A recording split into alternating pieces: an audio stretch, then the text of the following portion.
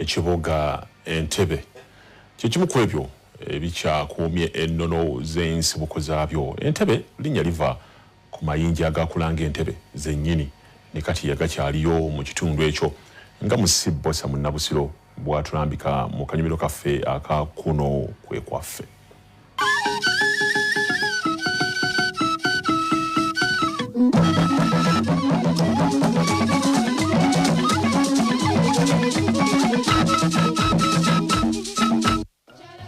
Weewaawo nate tukubye enkyukira omusirisimbi zakuba mu lutabaalo, tukubye enkyukira ate omugenyi zakuba ku lumonde. Tulabe engeri gye tulokeza bino bye tulaba n'emiwanzi ku Ndasanyi nze mu Nabusiro, era ng'olwaleero twogera ku kigambo Ntebbe. Ekitundu ekyo ekiyitibwa Ntebbe mwana wattu kirina obutundutundu obulala obukiraanyeeko, okugeza kati awali State House. Ekitundu ekyo awali State House akasozi ako bakayitanga Nsamizi edda, era abantu bagenderangako nga basamirirako nnyo ku kasozi ako. Awo waliwo entebe eza Mugula. Mugula gwenjogerako wasiga mu kika eky'emmamba eyitibwa Namakaka.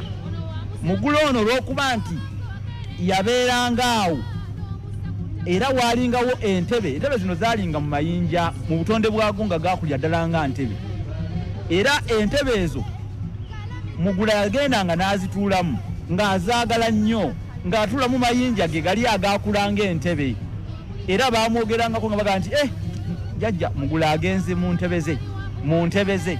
Kati ekitundu ekyo baakituuma erinnya Ntebbe nga kiva ku ntebe za Mugula, era muwulira n'enjogera egamba nti bamuwadde eza Mugula entebe.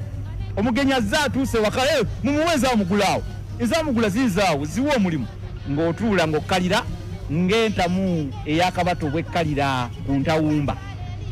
Awe wava ekitundu okukituuma Ntebbe nga kiva ku ntebe za Mugula ezaalinga mu mayinja, mu butonde bwazo gaalinga mayinja, naye ng'ate ze Ntebbe mwana wattu mwe yatuulanga nga bulijjo. Kati ekitundu kyonna bakiyita Ntebbe, naye ate abazungu bo batukolamu bubi mwana wattu, bakyatula Entebbe.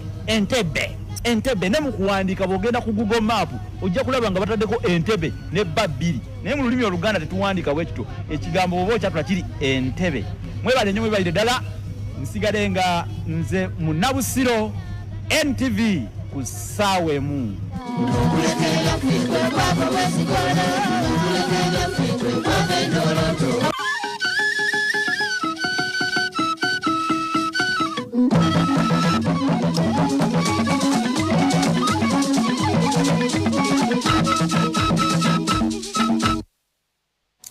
Olwaleero Ekereziya nkayikuza olunaku lw'okunyeenya amatabi.